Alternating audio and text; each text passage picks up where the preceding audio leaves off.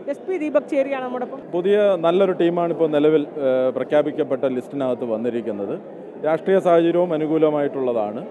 എല്ലാവർക്കും എല്ലാ വാർഡിനകത്തും ഇപ്പോൾ പ്രഖ്യാപിക്കപ്പെട്ട സ്ഥാനാർത്ഥികളെന്ന് പറയുന്നത് എല്ലാ വാർഡിനകത്തും പൊതുപ്രവർത്തനം നടത്തി നല്ല ബന്ധമുള്ളവരാണ്.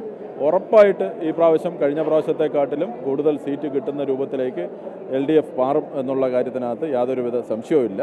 രണ്ടാമത്തെ കാര്യം, നല്ല വികസന പ്രവർത്തനങ്ങളാണ് നമ്മുടെ നാട്ടിനകത്ത് നടക്കുന്നത്. ഇപ്പോൾ മെട്രോ ട്രെയിനൊക്കെ ട്രിവാൻഡ്രത്ത് വരാൻ വേണ്ടിയിട്ട് പോവുകയാണ്.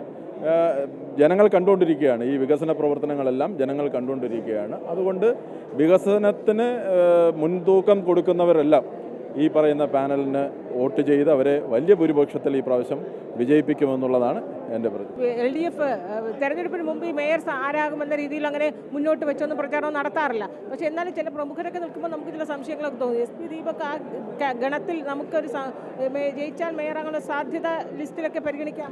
അതൊക്കെ നമുക്ക് തെരഞ്ഞെടുപ്പ് കഴിയട്ടെ. തെരഞ്ഞെടുപ്പ് കഴിഞ്ഞതിന് ശേഷം പാർട്ടി അതിനൊരു രീതിയുണ്ട്, ആ രീതിക്കനുസരിച്ച് കാര്യങ്ങൾ നടക്കും. നമുക്ക് നോക്കാം. ശിശുക്ഷേമ സമിതിയിൽ ഉണ്ടായിരുന്ന സമയത്തുണ്ടായിരുന്ന ആ പ്രവർത്തന മികവൊക്കെ തന്നെ ഇത്തവണ ഈ പേട്ട സ്ഥാനാർത്ഥിത്വവുമായി ബന്ധപ്പെട്ട് നല്ല രീതിയിൽ ഒരു ഗുണം ചെയ്യും.